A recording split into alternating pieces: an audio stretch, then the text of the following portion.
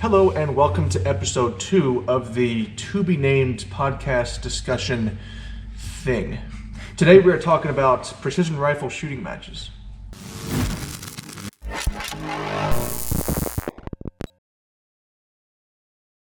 My name is Derek. Also from sales I have Jason and Luke, and from my marketing team I have Connor.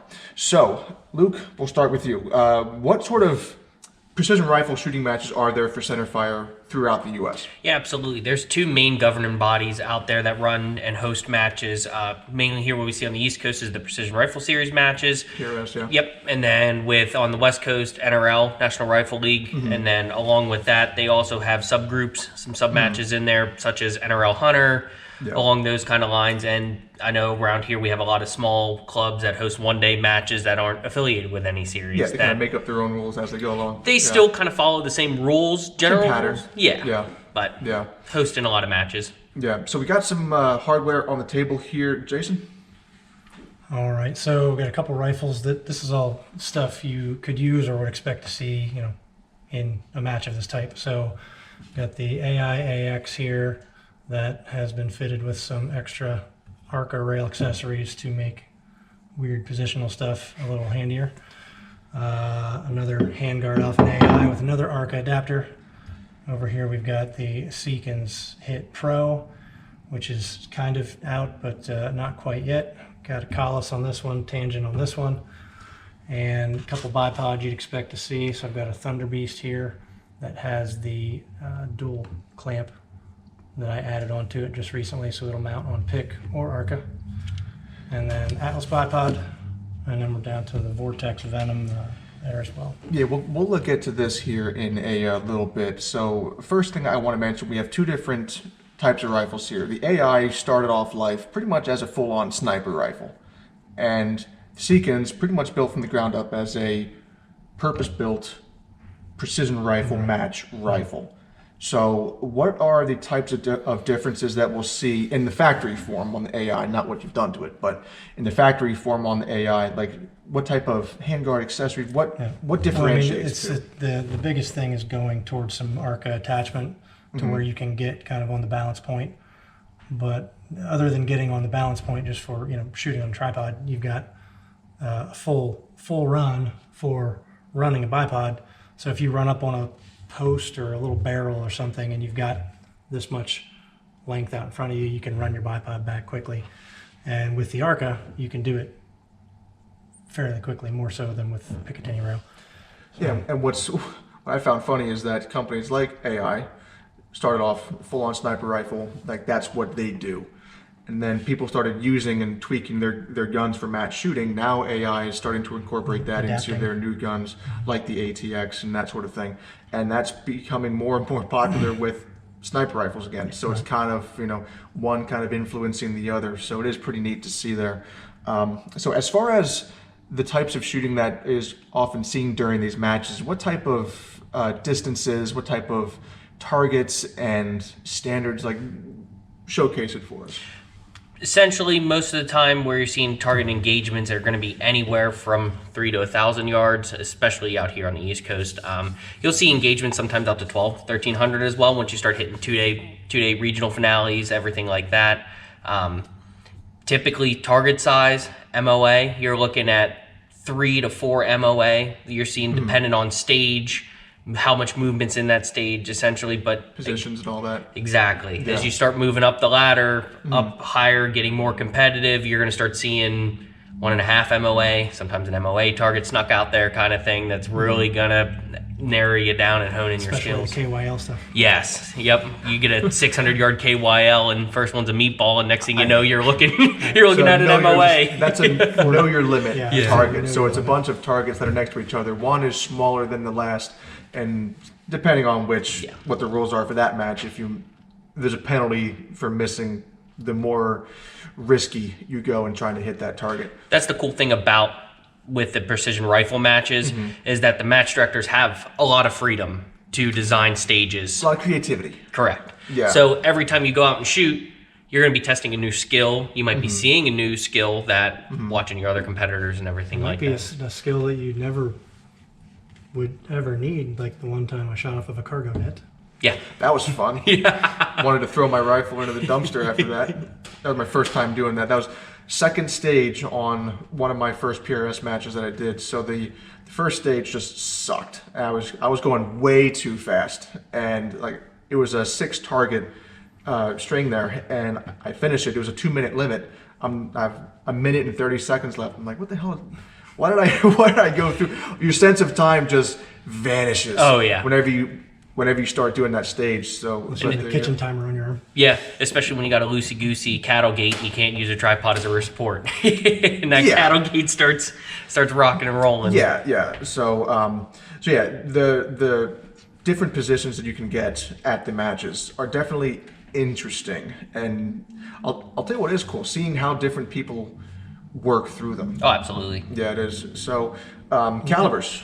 Well, the biggest, as far as positionally, what I've seen is the biggest thing I would say that you would want to practice maybe if you are going to do it is literally just shooting off of a ledge, just like a barricade. Because that really, no matter what it looks like a tank trap or a barricade or a windowsill of a 20-year-old Suburban, which I just did here a few months ago, it's a 2x4 and you're shooting off of that 2x4 at various odd heights that are not perfectly convenient. standing or sitting. It's kind of in that middle So as awkward long zone. as, you could easily just throw something together, a barricade to practice on. Yeah, simple 2x4. Throwing together a simple 2x4 just to learn where the balance point How to of your quickly rifle get- is and to get there quickly. Quickly, that's the important part, is the quickest setup and the guy that makes the least mistakes. I mean, the higher you're going to rank. So. Yeah. Right.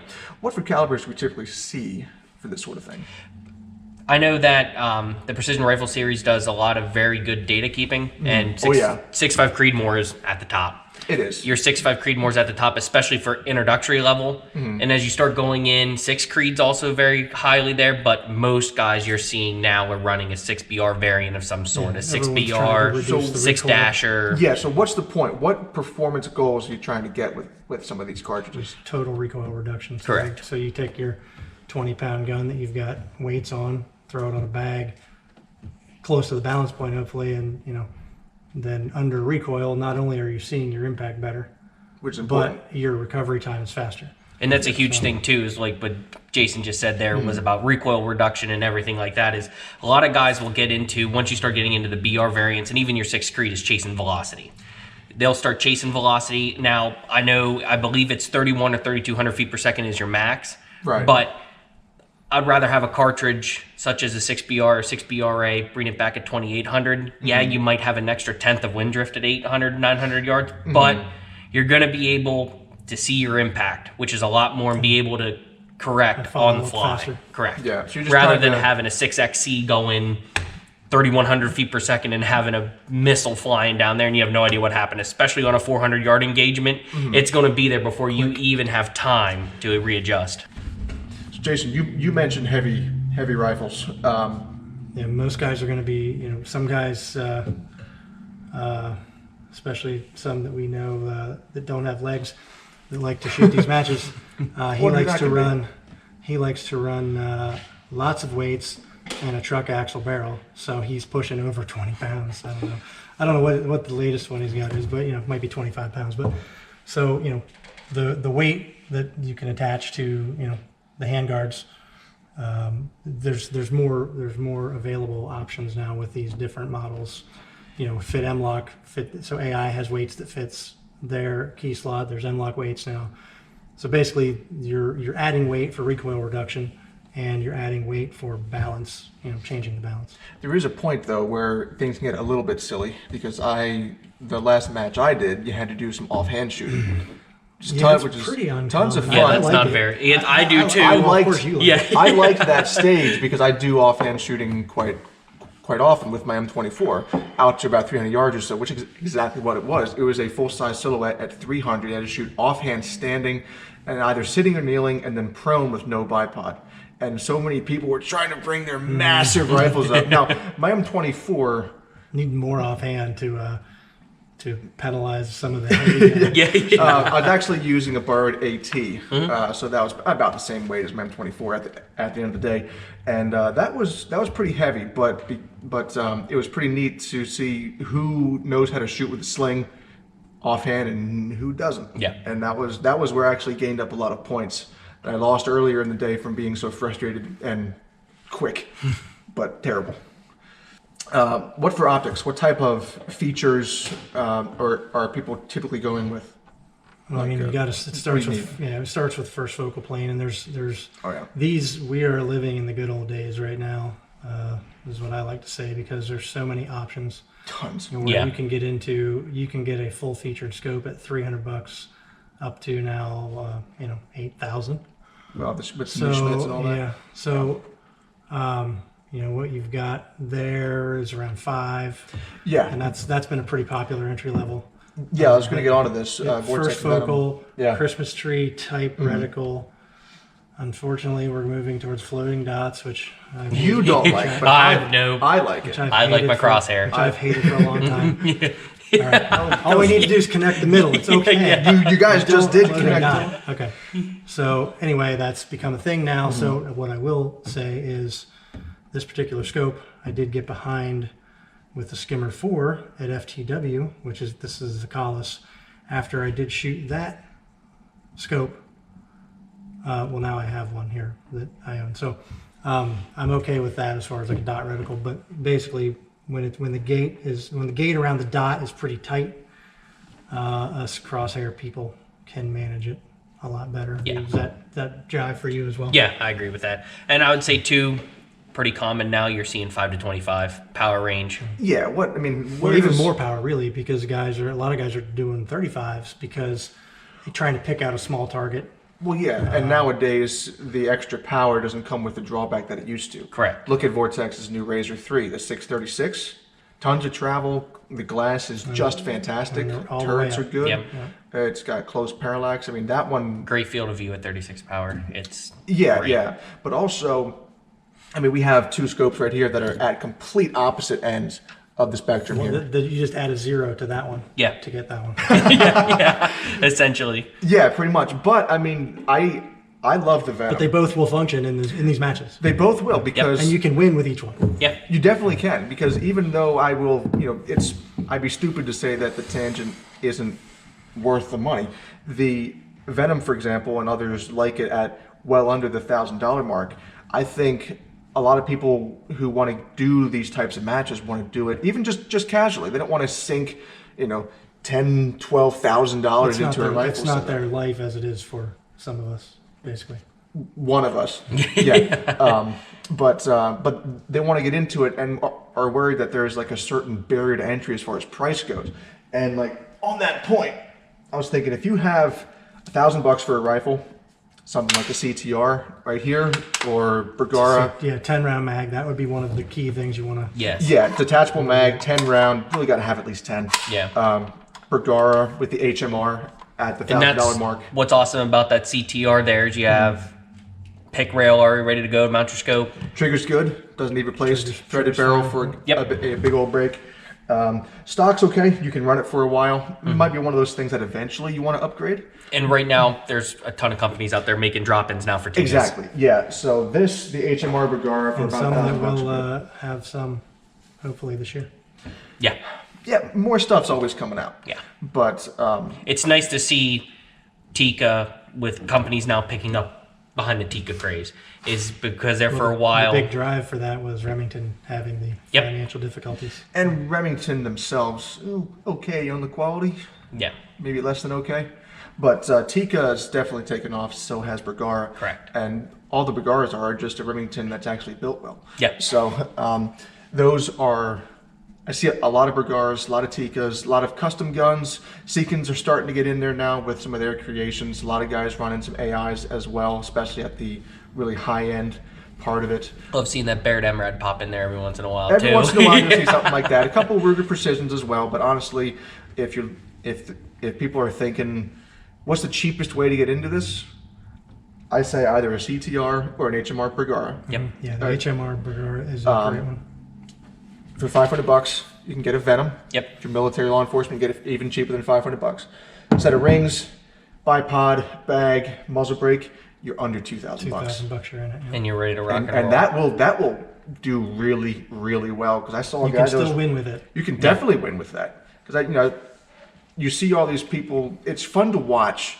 Because it's that typical thing. You can't buy yourself to be good. You still have to be good. So it is comforting to see people come up with relatively modest setups and just smoke the dudes with $5,000 scopes, $6,000 rifles, all the bags and tripods and all that sort of stuff. Speaking of bags and tripods, what's typically common? I see you've got. That's my favorite there.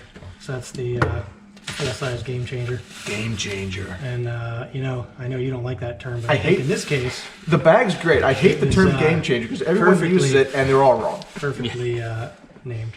Yeah. But it basically can adapt. And actually, our buddy Ron at Swarovski was the first one that turned me on to using it as a rear bag. He said he used it all around. I was like, man, that's a big rear bag. I've been cobbling my own rear bags together for 20 years or so, maybe 25 actually. And when he said that, I was like, well, you know what, I'm going to try it because I needed one for an obstacle match type bag as well for front. And then I tried his rear bag, and he was right. Yeah.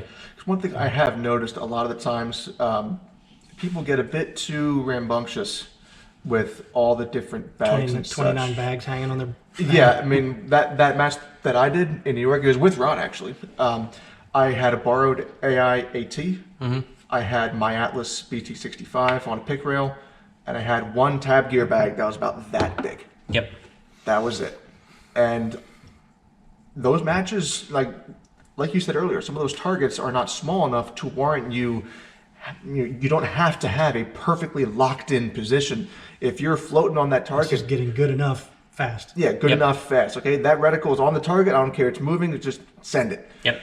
And that's what's awesome too is I always tell a lot of guys from Armageddon gear, the Shemedium is right in the middle. It's a nice size. It's not as big. Pretty much essentially, you'd only need 2 bags. That, and they also make a small beaver tail, or it's from Tab Gear. It's their little back one. I know you run the Tab Gear one. They're great having a small little one for like small window platforms. So like if you're shooting out of a shoot house, something like that, that's great for that little ledge. Still gives you a little bit of support. Sometimes it's nice to have one in the front and the back. Correct. It is. Some The of those. last match, I just took that and Yeah, put the little one in the windowsill, and if you're allowed to use your tripod on the rear, you can put your rear bag on your tripod and hook it. Let's talk bipods. Yes. Got an Atlas here. This is a BT65, and you've got a Thunder Beast right there. What are some features that you would say someone should look for in a bipod for a precision rifle match shooting? I would say the panning and cant function is huge because you're going to be shooting on unlevel surfaces, and especially when you're getting into field matches. yeah. Can't particularly. Pan is less important. He and I we don't don't like like pan. pan. That's why Yeah. we like that's why we love the That's why we both 65. run that. Yeah. We both have these. Now I'm messing with this bipod here and different leg positions. I like that one because you can change your bipod legs depending on what position that you're going to be in versus something like a Harris. And especially, which- hang on, don't leave this one yet. Yeah. So especially when you're posing your guns on Instagram, Or spilling your drink. you can put the bipod in the cool stance. Well, that just keeps it level this Yeah. way. Yeah, it's for aesthetics. Harris bipods are good. People have used them. The only thing I don't like about them is the fact that they can't do the independent leg movement. Correct. And I've gotten People have used them a lot of times in years prior. People were using them specifically, and they would take a piece of paracord or something, tie the front legs together. So when you're going into a position, you grab the paracord and yank, and your bipod's set up. Yep. That's a good system. I do like seeing the creativity that people come up with. Oh, absolutely. But for a bipod especially, I mean, for the type Plus of, 2 adjustable height. Yeah, there you go. And that's spring deployed. That's Yeah, not. this one's not, but I mean, who cares? Yep. This one's got the spiky feet on Can't it. locking feature needs to be able to lock So yourself level. That's Yep. my biggest. On Atlas is like the Requirement. BT10, And 46, smooth. 47. Smooth, fast, Yeah. can't lock. Yeah, this one easy. You can do that there and tighten it in. And I'm a big fan of spike feet for preloading. Yes. Yeah, so you can dig in without kind of skirting the bipod across the way there. And one thing that I think is good to get, it's worth the money. If you go with a bipod, be it one with the Arca on top of it, or both in that case, or one with a Picatinny attachment like this one, quick detach, or quick adjust, whatever, definitely nice to have, because if you have a rifle, let's say you just had a rifle with a rail on the bottom that went all the way back instead of ARCA on something like this. It is nice to be able to quickly just take your bipod off, reposition it. On the ARCA, with the ARCA, but just you just slide it. It's a bit easier on the ARCA. It's just a loosen, slide, retighten. But it is nice to have that. So if someone is in the market for a bipod for this sort of thing, I do think that spending the extra about $60 or so in this case to get the quick detach, definitely. Well, and also bipods are expensive, so They are. You can pass them. I mean, I just like suppressors. I mean, bipods I pass around to so many guns just to make the most out of them. Community. Connor, I feel like we've been kind of hogging all the volume in this room here. You haven't really done really any type of precision rifle shooting matches? Anything Yeah, like that? Any admittedly, questions? I don't have any experience doing We'll change that. We'll find something. doing actual PRS shooting. So I guess one of the questions in terms of the bipod, I've come across this just in my research for what I do here, is one-handed adjustability. How big of is that like a big factor you need to consider, or It's just speed. It's a faster speed setup thing. and better. It's good to have. That way you can keep your strong hand on the weapon. If you need to adjust the bipod, you can reach up, make your adjustments via either just changing the leg positions or moving it on the fly, like on the ARCA rail, for example. One-handed operation. And that's why this is on the left side, because right-handed with the gun. So So it might be more important than I thought before you asked that question. anything that saves time on the setup, really. The other thing I was kind of curious about is different bipod heights. Just, I guess, what would be a good general purpose height to start There at? is no good general because there's no good convention for measuring them. No. Yes. Yeah. Do you measure like with this Atlas? Do you measure to the pick rail point? Do you measure to like the taint area? Like where do you measure? Do you measure to the shoulder? I don't know. To answer your question, though, a generic sort of answer is about a 6 6 to to 9, 7 to 12, whatever it is. Somewhere in that ballpark is going to be good. I found people going higher, I think, in the last few years, though. Back 15 years ago when I started shooting these type of matches, everyone was shooting How low can you 6 go? to 9, and everyone had their chins in the dirt. I'm like, first of all, you're putting more of your body on the ground, so you're feeling more tremor from yourself. So if you can get your torso up off the ground, I've always run originally the Harris 9 to 13. So I've always been a little higher bipod wise. I thought I was doing something wrong, but turns out now later don't worry. that maybe it was actually right because it got my torso off the ground. You're a Less trendsetter. heartbeat, less yeah. heartbeat. So I always tend to go just a little higher, so you're a little more squared up. That's that one might come down to personal taste. It is. It's also I'm the how thick- opposite of his. how thick you are and how your body, different anatomy is going to be more comfortable in a different spot, really. On that note, leg segments, more or less, I guess, which one is... segments. Most of leg these are going to segments. have two. You're not really getting into Yeah, it's not like a three tripod where you unless go you're sitting. here and then another one down. It's all going to be a two-piece with. Except Usually for the you'll Harris have. or the Sky, pretty much. Usually you'll have some kind of notch in We'll here. have the so you can Sky get it. soon. Yep, I was just getting ready to mention that, the two-piece guys. Three-piece, yeah. Or three pull. Yep. Fantastic. Tripods quickly. We didn't mention Yeah. tripods. So, the king of the hill really has been really right stuff as far as cost, but also actual quality and rigidity. It's and worth it. Robustness, and I avoided it for many years, but finally got into Well, it. yeah, spending what $1,300 Yep. on a tripod? Are you kidding me? But But after having it, and first thing I did, I took that rifle right here, clamped it in there, and at 2,000 yards standing, I could hold a wobble of about the size of a cantaloupe. With no other, I didn't have a sling hooked to my belt loop, or it was just straight up standing. Kind of But changed also, your life. yeah, again, to bring the budget down, the Vortex Radians are We really both have them. close. I've been running them side by side for a while now. When I go out and do groundhog stuff, I'll actually take both of them, and they both have their advantages. Really right stuff. You have the ball, so it's like the Anvil 30, so quick change, and you can go everywhere. But then the Radiant ball specifically, you can lock the ball and still pivot, pan back and forth. So I use that And keep a your lot. up and down the same. Right, like if I'm tracking a groundhog, whether it's with the gun or with the camera, I can just lock the ball so my big spotter doesn't go. So how prevalent? What sort of stage? How would you typically see a tripod deployed in a precision shooting match? You can use in a lot of Yeah, I was going to say. with weird situations. Really. With the purpose of the barricade being your main point of contact. I mean, you can't just say, screw that barricade, I'll just use my tripod. It doesn't quite work like that. No. But you can put it on the back. It's rare, you can really. kind of. Yeah, it's very rare that you see it, but I mean, you do run into scenarios with it where you can have it, say, you have it sticking out the front window. You can have your tripod here. I've used it and as an wrap elbow it. rest. Yeah. You can wrap the tripod and put the tripod here, gun here, and pull it in tight. Gives you an extra point of contact. Or I like using it too a lot of the times. Like, and this is not match style, but I love having my tripod, especially with the quick release. I can take my binos off, put my plate on, and then just put my sandbag on top and use it for that aspect of building my own barricade, essentially. Yeah, it's always funny to watch someone walk up to a stage with a bag here, a bag here, a bag in their left shoe pocket or something, and a tripod, and they waddle up to the match for the first stage, and it says go, and he spends 5 minutes setting up everything, and 2 seconds still misses. So, okay, binos. We didn't get on binos. So Yeah. bino, I've been particularly hooked on bino rangefinders for 10 years now. Yeah. Having the combined device is amazing, and all of the stuff that's been coming out, whether it's Vortex, Sig, Leica, Swarovski, Zeiss. Having a range-finding bino for me, I think, is priceless. Especially when you can build the dope in and save a step, and you don't have to consult your Kestrel, Yeah.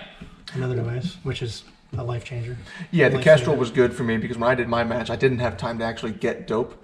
I got a muzzle velocity and I zeroed at 100 yards and then drove to the match. And for just starting out, Do it too. Yeah. and for just starting out too, there's a great app out there, Streetlock Pro. It's like spend the money. It's like $14 in the App Store, and tons of good apps too, And it's yeah. a pro version. Love it. I mean, I use it on the daily. Guys are in the office going, "How far can I stretch this?" Well, what's your velocity? And it's an awesome rip quick, through it real quick. yeah, it's a quick reference. Yeah. But I do like figuring out how can you do this without spending all this money, because it's easy to. I kid you not. If you say $20,000, I can build you a list of things to get in 10 seconds. Yeah. But do you need to have that at the day of the match? It would be nice to have a Kestrel, especially because it can actually detect the atmospherics and the changes during the Or day. the range-finding bino that's doing the dope. Like the Yep. Fury from Vortex, for example. But something like that, I'd say a ballistic app is good. Binos, you can do without them because other people at the match are going to let you borrow their stuff. People have tripods set up with binos and spotters on them, and the matches that I've been to, everyone was super nice, and you can borrow their stuff. Yeah. You can get ranges if you want to, if you don't believe the guy that told you what the stage looked like, or if they don't tell you. Someone will let you borrow their stuff, so you don't need to go there with 20K in gear. You can go there with one rifle, 1 or 2 bags, and that's pretty much it. This might seem like a stupid question, but wouldn't a spotting scope be more preferable than binos? It depends. I mean, obviously, if the binos had the range-finding function, they would be a little more usable. It depends on kind of how you look at it, because if you're the one shooting, Are you the one carrying it? Are you the one carrying you should be the one carrying it. Some matches, like the one I went to, everything was like right there. It's not like you have to move hundreds of yards between the matches. But there are Everything's right some there. ranges where you gotta. Sometimes you do, though. You gotta ruck to get Yeah. to where you're going. The spotter's really for locating the target, and most times you're not going to have a problem locating the target. Right. The bino is minimum, lesser location and more Check and getting your trace, dope check too. and condition, mirage. And that's if you're spotting for someone else. But it's also nice to have them for reading element as well, to check Watching the guy elements. ahead of you shoot and see what the conditions are doing. Yeah. Try and see what he's holding for wind. If you're shooting a caliber similar to you, he's shooting 6.5. He held half a mil. He missed. Then he held 0.8, and it was good. I'll hold 0.8. Yeah. Shooting the same ish ammo. You have to know what he's holding though. But yeah, for the most part, is it a necessity? No. For binos, spine scope, no. But I'd say something for weather, because in the morning we got there, it was the temperature was in the high 30s, low 40s, and it got to in the 70s in the mid-afternoon. I was writing on a Sharpie, with a Sharpie on my forearm, what the dopes were for all the different yardages, and some people have used more sophisticated things just like gonna notepads. Or I was going to say the Hill. some of the M-Lock data card Mm-hmm. holders you Yeah. put on Hawk Hill directly makes onto them. your rifle. Yeah, I didn't have one of those in my rifle. I still don't have one, but I really need one. I'm the same way. I usually straight up hand, but you know the arm guard, all or this like sort of the, stuff, and you don't have the $50 whatever it costs. No, to no. use. At least I have an excuse. Sorry, Sean. But no, I know I need one. I just haven't got it yet. But you know, yeah, they do a pick mount and then one that mounts on the spur, and it just gives you the little data card off the side. So if you got 5 targets up there, you can write your dopes on. There's some electronic versions for that. Then you got the Kestrel heads-up display as well. So. I'm going to switch gears here. For people who want to get into this, what are some good ways that they can practice for this sort of thing? Because there's different positions, and sometimes there's different rules for a state. It's like one where you can't touch your scope, and they say targets at 250, 400, Hold over 650. stages. Yeah, so you have to either dial your scope to the middle and hold under, hold over, or just don't touch the scope, That's just the hold mental over. aspect. I mean, Yeah, still the biggest thing training wise, I would say.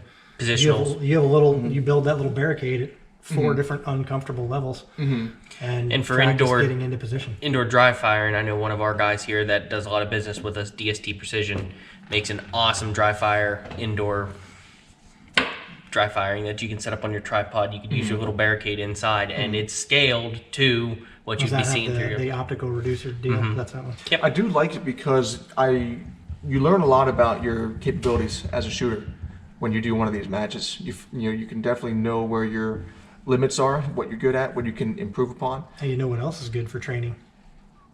Rimfires. It's as if we hadn't had a video planned on that. Yeah. But Maybe the yeah, next one. we'll sink our teeth into that one on the next video. But And live firing. A lot of great companies make good ammo out there, so don't dry fire. well, true. Yeah. Don't dry fire your 22. You mean, or just You definitely don't want to do that too many times. No. you get so many times before you turn your firing pin into a railroad spike. Yeah.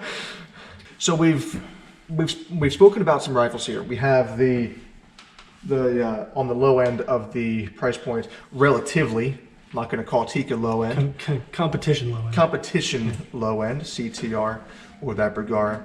Kind of mid range, we have this sequence here. High end, AI, of course. But Connor, you spend a lot of time looking at this rifle for our content online and that sort of stuff. So what can you tell us about this thing?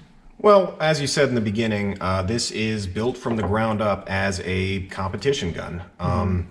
It says on Seekin's website that a lot of guns are for PRS it's a hunting action that's just slapped into a fancy chassis, and that Tika down there, again, nothing wrong with it, but this is just very heavily optimized for competition, like toolless adjustments for length Optimized of is a good pole. word. Yeah. Optimize, yes. Toolless adjustments for length of pole, cheek height. The butt pad, is that also toolless adjustment, or do you have to do something to it? Yeah, hang on, let me flip it It's over. over there. If you loosen this, I think it might be a Yep. it'll might be come a out button then. as well. Again, But this is a prototype version, so that's not all production back there. yeah, but the purpose of this, different positions require different Yeah, having settings the quick for your change rifle. is actually that's actually one thing I wanted to mention. Having quick change length of pull is pretty valuable when you get into some weird positions. And then moving up towards the grip, we see a lot of vertical grips Vertical grips. in this type of stuff. I personally, not a fan. It does seem just Because a you little own an M24. It's fine. maybe uncomfortable. The other thing that's worth pointing out is the Yeah, you like dot reticles. Huh? free float barrel. The hand guard I know is also removable. Is the rail under there? Is that did you add that yourself, or did that come with the rifle? No, well, the pros are going to come with it. It's a Pro, yeah. It has these little notches on it, so you can kind of quickly index Lock it down in place. Yeah, your arcade piece on here. Let's see here. The other thing worth mentioning is the AICS magazines. One thing I have been curious about is the folding stocks on something like CZ Bren or CZ Scorpion with a folding stock. That makes sense because sometimes need it to be compact. It's tactical, yeah. But for this, what is the point of a folding Transit only. transit only? And cleaning. Yeah. Yeah, because now you can get a cleaning rod in there. These type of guns are all lower center of gravity, so you got to run your cleaning rod through the cheek piece to clean it. So folding it is immensely helpful. Cheek piece and the butt pad are above the bore when it's extended. But for me, I like folding stocks on pretty much everything I can get a hold of, and For transit. just for transit and storage and that sort of thing is so much easier. You can fit something like this in an AR case. I also noticed, Jason, on this rifle and that one, you got some bubble levels on. I think we would all agree, pretty important little piece Absolutely. to have. When you get into some weird terrain, it's real easy to get messed up. I realized that. I was shooting a 700 BDL 708. That was my first deer rifle. And 300 yards, I was off and high. That's when I realized I needed a level. That was like 25 years ago. And that compounds with distance, of course, so you can be Yep. missing by time zones by the time you hit 1,200 yards on that. So yeah, bubble level, I mean, this USO one, I've got one as well. It was like, what, $80? Yeah. Air Attack Those have been ones. around for 20 years. Air Attack one on that was like $90, I think, something like that. It's worth Just it. get a level. It's annoying. Yep. Just get a level. Pick one. Anyone. And I was gonna say too, make sure it's mounted to your optic. Don't trust bubble levels that are in your chassis. Well, that or the rail. I like the rail Correct. one because I the like one when on it's the only got one place to be. I don't like the one so much that mount to the tube because then I have to mess Up here with it. on your optic, when you start looking at bubble levels and chassis and stuff, tread lightly. Well, then also Yeah. having it as you'll see, if you look on mine, actually, I have them positioned where when my right eye is on the scope, my left eye can actually Yep. see the level, and like that's a how I've chameleon. been operating for a long time. And that's just, it's as your shot process. Just Refining your the last shot thing you process, check. checking the wind, bubble level, send it. send it. Connor, what else we got? Trigger. Well, for the trigger, one thing that's I think is kind of cool is the trigger is interchangeable with. It didn't say all, but most triggers for the Remington 700, and there is a huge aftermarket for that. For like, say, Timney, for example, they make a ton. Well, that one is a Timney. That is a Timney? Yep. And yeah, there's Upgraded just Timney. Jesus, that's sub 2 pounds for sure. a lot of customization options for the trigger. Yeah, and what a lot of guys are doing in this realm, and again more towards not disturbing your position, is going super light trigger down to ounces. Normally, So like that's- a field trigger, sniper rifle trigger, hunting Also, trigger. disclaimer for just getting into it, Yeah. keep it set at about 1.5 pounds Minimum, until you learn, because accidental discharges is the fastest Get you way to kicked get out. was the Negligence. fastest Yeah. way to get kicked You off don't of a need a fire 4-ounce range. trigger. You can beat everybody No. with 1.5 pounds. Yes. On the subject of triggers for PRS shooting, what would be this might just be a preference thing, but single stage versus dual stage. Totally preference. Totally preference. I love 2-stage. I have a Geisley Super 700 in I mine. literally have both right here at the same Yeah. time. I shoot them back to back. It's not. It's just personal. Yeah. I mean, I'm not going to say I'm a huge single stage kind of guy. I've See, never needed a there's people trigger. like him, Connor. If you're getting into it and you're trying to learn, there's people who are wrong, and then there's the rest of us I can who swing both adore ways. 2-stage. Like I love Geisley, and their Super 700. I absolutely love it. But also, as I was messing with this bolt, Like an AR-15. yeah. So I guess That's I what mean. Glenn spent a lot of his time after he started on some bolt guns. He spent a lot of AR time. So I mean, it's no doubt. I mean, on an AR ejection port cover, this could be the same thing. Ejection port cover, dust cover, Just keep the dirt. when you're keep down the in dust out. Florida, and it's Between 20 mile an hour. or out west, and Blowing there's still sand and dirt. I was at a shooting school out in California, and there was dust and dirt being blown everywhere. That'll lock your bolt up quick. But I like it. You wouldn't have thought of this. Most people wouldn't have thought of something like this. They would just deal with the I mean, it took this long. Here They we would are, just deal with- 2022, and there's the first one. yeah. Also, there's something pretty special about this rifle involving the barrel. Barrel is quick remove, if I'm not mistaken. Correct. I believe so, yes. So it has a Very similar to the AI as far as no barrel extension required, just direct thread. yeah. So on the AI, The you fixing mechanism is slightly different. you loosen that screw, unscrew the barrel by hand. This one's This one's conceptually missing the lug because It's a prototype. I broke the first one, and the other one is not in there yet. See, if you keep breaking shit, Glenn's not going to send us guns anymore. Sorry, it was a test.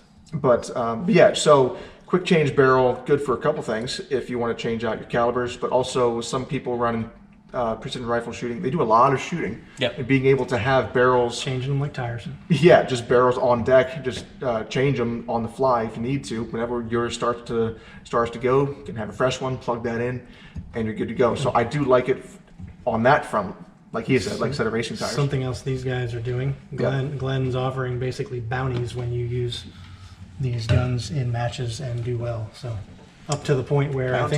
I think I think he was saying like every match you use it in, you can get $25 towards replacement barrels, something like that. That's pretty neat. Up Yep. to, he said if you win a PRS finale with it, I think it was 10 grand. Wow. So I don't know. I'm sure he's got that written somewhere. What a nice guy. On the note of the quick change barrel, I also believe the bolt head is also interchangeable. Good call. Yes, so if Because you he's can doing go a through PRC 6.5 and- PRC. sometime down the road, a 223 here. Yeah, so the 6.5 PRC is just a short, just a magnum bolt face. So yeah, pin out with the old, in with the new. 223 would be nice because then you can just train with Live fire. Yep. what used to be 25 cent, just 55 grain, whatever. Now it's what, 45, 50 cents. I hate everything right now. 22s cost as much as 223s. Huh? Yep. Yeah. One more question for Yeah. you. I see you have a flat face trigger in there. I guess just what is the benefits or the difference between a flat face versus a curved trigger? It's all personal preference. Personal It is preference. personal, and I have gone more time. I'm doing flat now when I can. I put the flat shoe in the AI.